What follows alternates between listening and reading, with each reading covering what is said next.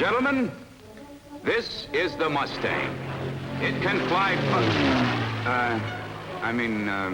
that was the Mustang. Pretty fast, huh?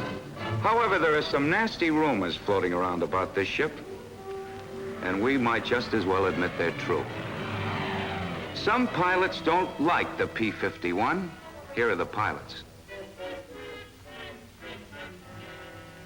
However, our pilots don't seem to agree with these gentlemen. Here's what they have to say. I peeled off away from that 109 like I was standing still. And when it comes to blasting enemy pillboxes... Yes, sir. She's the baby for low-level attack. Why, I was on top of that supply column before the Nazis knew I was coming. Gentlemen, that was the Mustang. Designed, built, and flown in 180 days. Ordered in 1940 because the British foresaw the day when the deliveries made by the Ju-88s to Coventry would be returned with interest. An escort fighter which could fly farther and faster in protecting our bombers delivering those bundles from Britain. Gentlemen, that was the Mustang. But today, in order to accompany our new bombers deep into enemy territory, our fighters must fly farther still and higher. Out of this need arose... Well, Colonel, there she is, the P-51B. Looks like the old Mustang, doesn't she? Yes, much of the construction is exactly the same. But Mr. Deach, using the same basic design as the P-51A, has built a ship that'll fight from 25,000 feet on up. That's the new engine, eh? That's the Rolls-Royce Merlin 61, built by Packard. It's a 12-cylinder job like the Allison and the P-51A. But it packs a military rating of 1,520 horsepower and a war emergency rating of 1,630 horsepower. And a two-stage supercharger. This two-stage blower and external fuel tanks mean it can serve as a high-altitude escort fighter for long-range bombers, besides doubling as a low-altitude fighter, dive, or low-level bomber. And with 150-gallon ferrying tanks under each wing, your pilots will be hopping the Atlantic pretty soon without too much trouble. And we're putting an 85-gallon tank in the fuselage, back of the pilot seat. Now, these tanks, or the bombs, these are dummies, of course, go in these racks on each side, as you know. Without these racks, the plane has 15 miles per hour more top speed. But this ship is faster than the old model, even with the racks on. And we're swinging a four-bladed prop to absorb the extra power. It's a Hamilton hydromatic constant speed job with cuffs. Now, we're using the same laminar flow airfoil as before.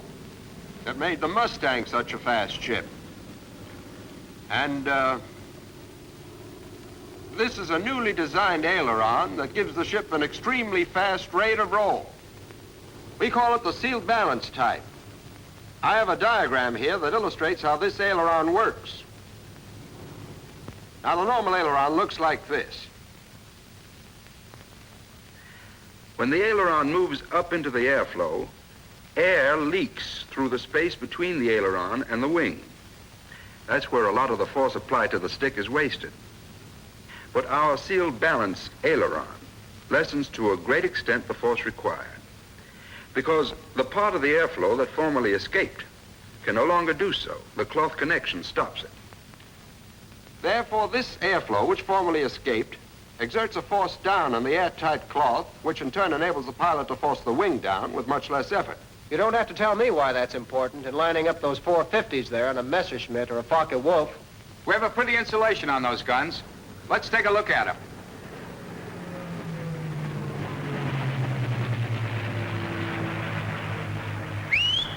Sam. Give me a hand with these access doors here. I want you to notice how we laid the guns on the side to eliminate any bulge in the airfoil. We're using a simplified mounting that allows removal in a few seconds. What about the guns the Jerrys and the Japs are packing? What kind of protection does the pilot have from enemy gunfire? Well, let's take a look at the sketches, shall we? We'll show you. Here we are. The P-51B is equipped with face-hardened steel armor plating and an armor glass windshield. This affords protection for the pilot from bullets hitting within this area. We've also protected the coolant tank and the nose from frontal attack. In other words, in flight you get these cones of protection from enemy bullets. Which should be comforting news to the pilot. Well, personally, I think it's a good idea to get rid of the enemy before he has a chance to try the armor plating. You've got something there, Major. Arthur, let's stop shooting the breeze and get this ship off the ground. Okay, Bob. Colonel, if you'll join me in the control tower, we'll have grandstand seats. Right. See you later, Chilton. Right, sir.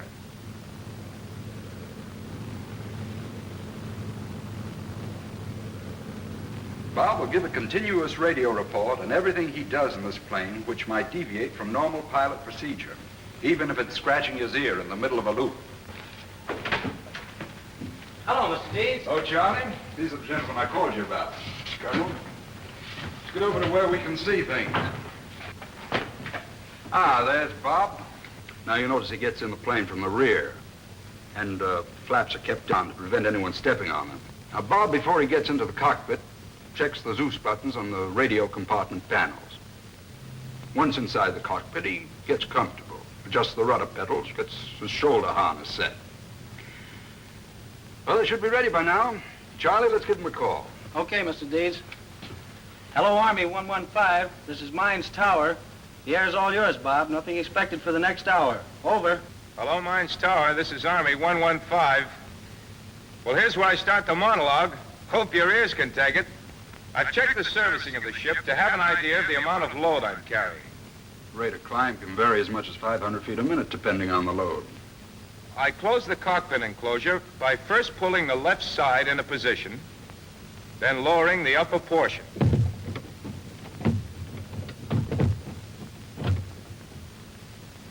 And I make sure the enclosure handle is locked in place with a safety latch, and rear hatch and felt molding is checked. He checks to see that the warning pins in the right sliding track are down. Pins checked.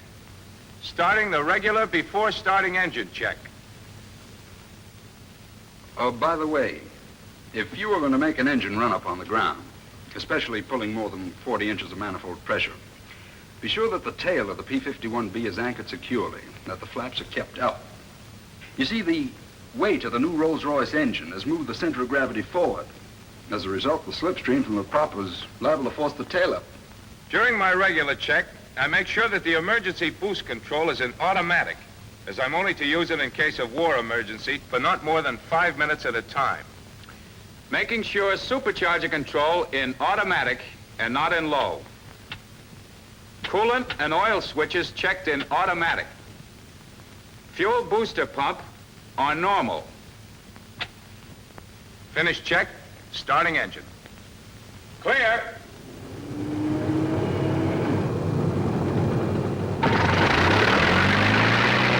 The fuel booster pump draws from whatever tank the selector is on. We tried to cut down on the number of things a pilot has to do. That's why the ship has an automatic manifold pressure regulator connected to the throttle. But the pilot will have to be careful under icing conditions, because the automatic regulator will try to compensate until the carburetor is completely iced up. May I have the microphone, please, Colonel? Are you ready, Bob? She's warmed up, ready for taxi. Here I go. The attitude of this ship makes ground visibility very poor, so S-ing is necessary even more than in most airplanes with a conventional type landing gear. In order to save the brakes, use the steerable tail wheel feature. If I hold the stick at neutral, or slightly aft of neutral, the tail wheel is steerable 6 degrees on each side. All I have to do is move the rudder pedal.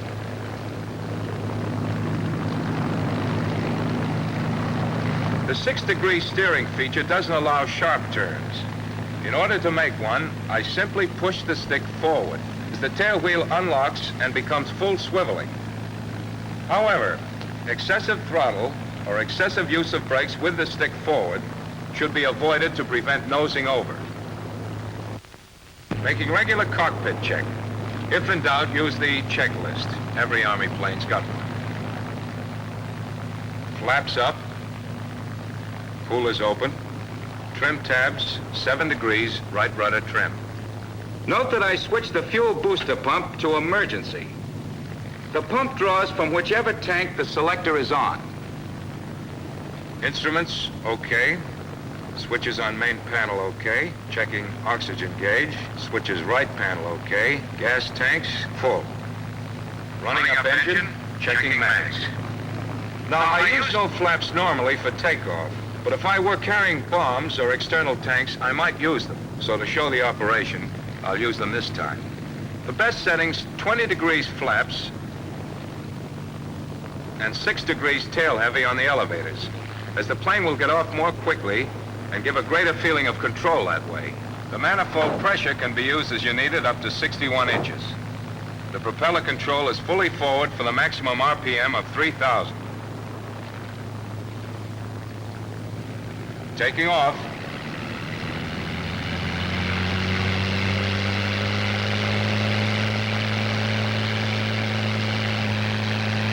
Keeping the tail on the ground and use of rudder trim, as I said before, counteracts normal torque action on takeoff.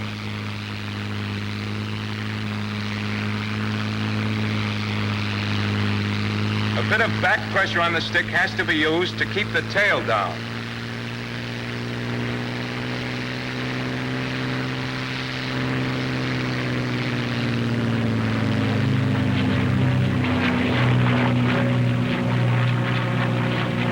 Landing gear up.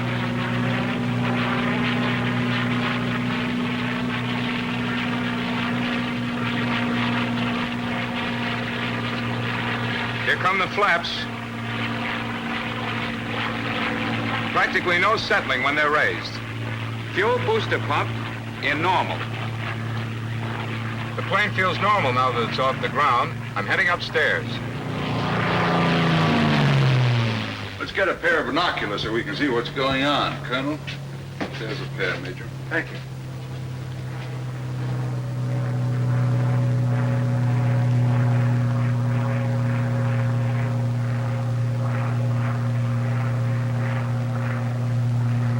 $20,000 feet. The supercharger just changed over in a high blower. A jump seems to occur in the engine, then the manifold pressure returns to its original setting. It switches at an altitude of between 20,000 and 20,500 feet. Heading on upstairs.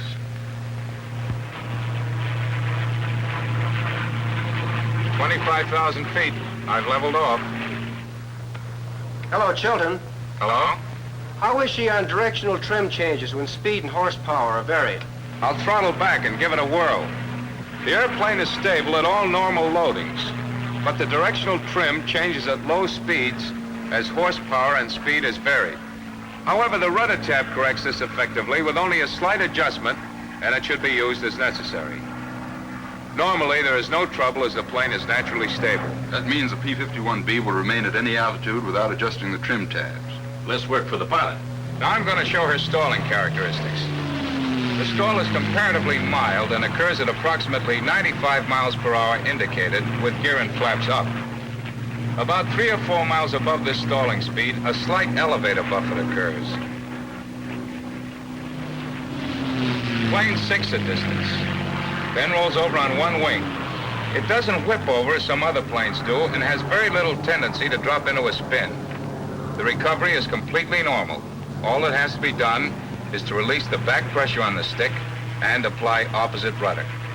With the gear and flaps down, the stall would have the same characteristics as before, only it occurs at about 85 miles per hour indicated. Naturally, with combat tanks or bombs making an extra load, the stalling speeds are higher. I'll run through an accelerated stall.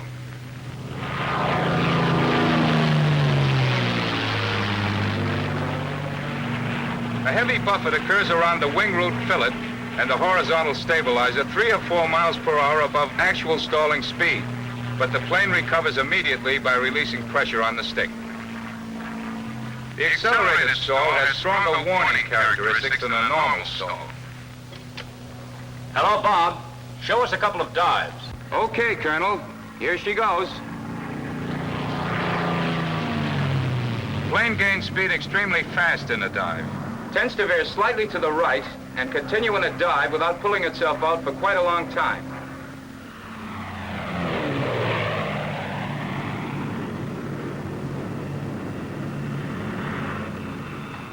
propeller doesn't overrun during the dive, does it? Not a bit. I put it at 3,000 RPM and it stayed nailed there. Any other questions, sir? No, thanks. How about doing a couple of rolls for us? Here's one to the left. Rate of roll is extremely fast, especially at high speeds. That's due to the sealed balanced aileron. It's the final result of 14 different designs. That fast roll really counts, too. Yes, that means the pilot can disengage the enemy a lot quicker. We believe the only enemy ship that can approach it for speed of roll is a Focke-Wulf 190. Here's another dive. In the dive, the pilot doesn't have to maintain excessive forward pressure on the stick. Catch the slight tendency to veer to the right with a trim tab. If in a prolonged dive. Otherwise, the ship is positively stable in the dive. Hello, Arthur. I'm going up to high altitude and put her in a maximum speed dive to show you how fast you'll go before reaching compressibility. Okay, Bob, let us know when you're up there. Roger. Now then, while Bob's climbing, there are some points that might interest you gentlemen. Let's sit down, shall we? Colonel? Thank you. Now, as you know, the true speed of a plane at the time compressibility occurs, divided by the speed of sound at that altitude, gives us a figure called the Mach number. So named after the man who discovered the relationship. Let's take an example. We'll say the plane reached compressibility at 560 miles per hour. That's true airspeed, at 10,000 feet altitude. Dividing this speed by 724, the speed of sound at 10,000 feet, we get, and gentlemen, we've done this arithmetic many times before, 0.76, the Mach number. Now that number indicates the speed a plane can dive at any given altitude. The higher the Mach number, the faster the plane can dive without encountering compressibility trouble. We believe the P-51B has the highest Mach number of any fighter. Now there's a point I'd like to make to pilots about getting into compressibility, but first a little more dope. The Mach number of any given ship remains the same no matter what the altitude. But the speed of sound decreases at high altitudes. So the higher the altitude, the less speed required to get into compressibility. Let's get back to our problem. Suppose we were at 30,000 feet. Then X, the speed we could go, divided by the decreased speed of sound at that altitude, 680 miles per hour, equals the Mach number, 0.76. Solving, we find that we could go only 517 miles per hour before getting compressibility. One more thing. The higher the altitude, the faster the true speed for any given indicated speed, and as I said, the lower true speed required to reach compressibility. So here's the point, and it's an important one. The pilot should remember that at high altitudes, he reaches compressibility at much lower indicated speeds than at low altitudes. At any rate, observe the speed limitations posted in the cockpit. 38,000. Are you all set down there? I guess we're all set. We had enough theory for the moment anyhow. Major, should we let them know we're still down here? Right. Hello, Bob. We're all set down here. You really gonna wind her up for us? Just you hold on to your hat, Major. Okay. Give us your indicated speed and how she acts when you get her into compressibility, will you? Roger. I'll be down in a minute.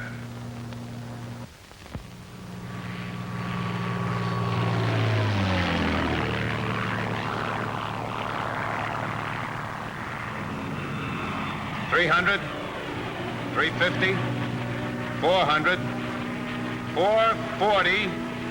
Compressibility. Stick moving fore and aft. Slight elevator overbalance. Heavy buffeting on tail section. Oscillation occurs rapidly. However, control forces on elevators remain unchanged. Plane hunts slightly along horizontal axis. Pulling out now.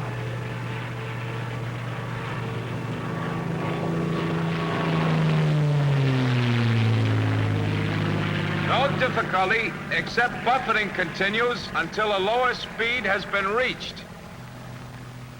440 indicated at that height. That's really moving. Enemy fighters will have a hell of a time trying to keep up with this ship in a dive. They really would, Colonel.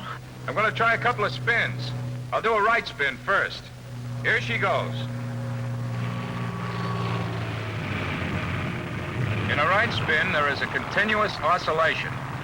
A slight rudder buffet is present. Procedure for recovery completely normal. No trouble getting out of the spin. Probably try one to the left now.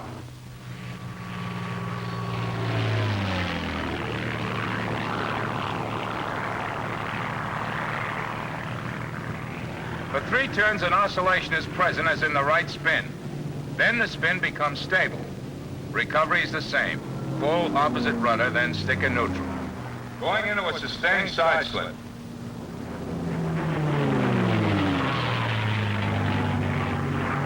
Couldn't hold it. I'll do another. The plane will not hold a sustained side slip. The aileron control is insufficient to hold it on a side-slipping angle. The ship automatically tends to straighten out. However, it will side slip long enough to avoid enemy fire. What about prohibitive maneuvers? The usual limitations? Right, no snap rolls, inverted spins, or outside loops. Hello, Bob. How about some aerobatics? Roger. Here's a loop.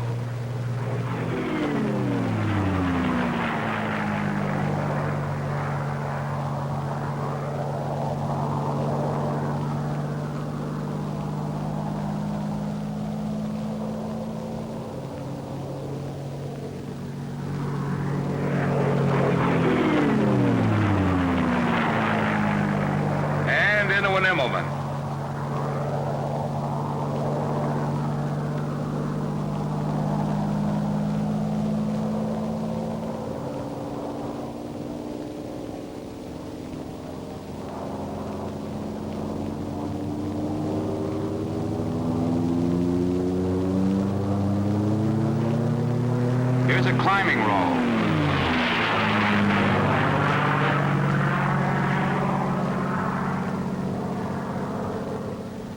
At high cruise, this airplane will even do a loop or Immelman from level flight position.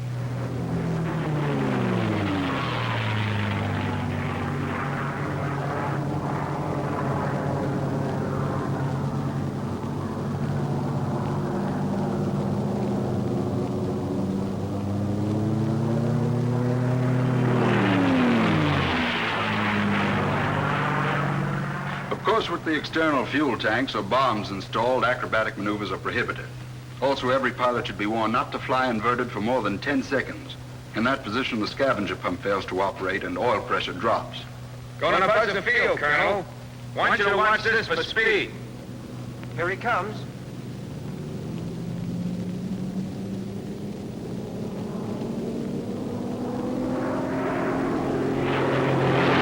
And watch this.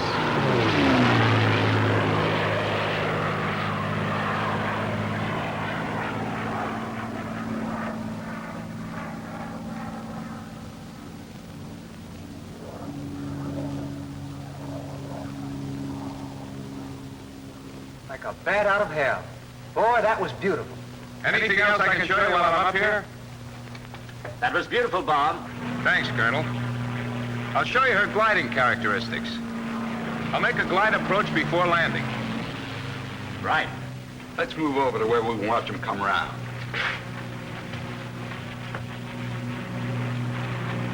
You show your power-off glide first.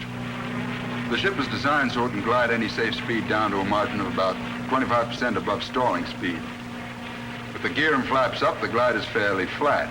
The nose being high makes forward visibility poor.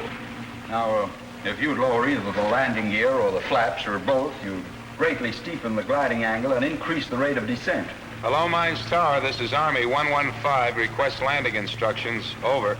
Hello, Army 115. This is Mines Tower. You're clear to land, Bob. Use runway 25. Over. Roger. Out. Making normal pre-landing cockpit check. Checking that fuel selector in on fullest tanks. Propeller control at 2,500 RPM. This setting gives a margin to apply power in case of a bad landing and helps prevent the engine from over-revving. There's a tendency to do that due to the flat position of the blades and lag of the pitch control mechanism. Mixture control in auto-rich. Oil and coolant radiator scoops in automatic. Lower the landing gear only below 170 indicated by pushing landing gear handle in down position. Make sure it's securely snapped so vibration won't jiggle it up. Adjust power and trim to maintain 150 indicated. When the airplane has been brought into the wind for landing, the flap should be lowered fully. But be sure the indicated is below 165. As soon as I turn into the field, I maintain gliding speed of around 115 with a normal war load. With a full load, including auxiliary ferrying tanks, the gliding speed is between 125 and 130. Adjust the trim tab to assist in landing.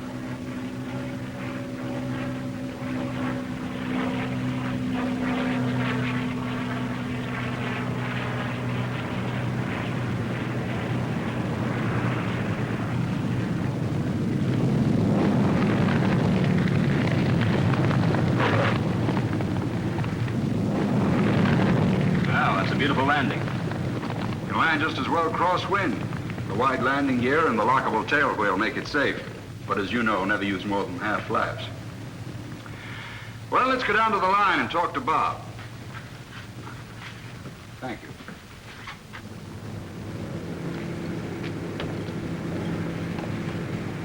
Well, how'd you like it, Colonel? Nice show, Bob. Mr. Dietz, I think we've got something. Thank you, sir. Nice landing, Bob. But tell me, what happens if you make a bad one, if you bounce her in? Do you give her the gun and bring her around again, or do you just ease it in? Well, if the attempt at landing is badly made so that the wing drops or you get a bad bounce, go around again. But don't slam the throttle open, because if you're too near stalling speed, engine torque will drive you right into the ground. You should ease the power on, get the nose down, and go around again. If at the last moment you decide not to make a landing, ease the throttle open, and when you reach an airspeed of about 110 and an altitude of about 300 feet, raise the flaps by degree, a notch at a time, after raising landing gear. Tell me, what about engine failure during flight? Engine failure during flight. Pull the emergency release handle of the cockpit enclosure so you won't be trapped inside in case it jams on landing. Lean forward when you do, because the hatch might clip you on the ear. Drop your external fuel tanks. And if there's time, lower the flaps. But remember, you've got to do it by hand because your hydraulic pressure is gone. Keep your landing gear retracted and land on the belly of the ship. It's no tea party, but you shouldn't have too much trouble. Oh, one more thing. Get away from the ship as quickly as possible, because the cockpit can get a little warm in case a fire starts. Tell me, how does she behave on scramble takeoffs? Oh, same as any other fighter. If she isn't warm, the oil has to be diluted enough to ensure proper oil pressure at moderate power. Then, as soon as the engine will take the throttle, just taxi out and take off. But apply the throttle slowly and steadily. Sudden application, as in any takeoff, causes the engine to cough and spit. How'd you like me to check you out on it, Major? What are we waiting for? Excuse me, Colonel. Gentlemen, that's the Army's improved version of the Mustang. A stronger, longer-range Mustang for high-altitude fighting. And today, thousands more are being made by workers on the production line for you on the fighting line.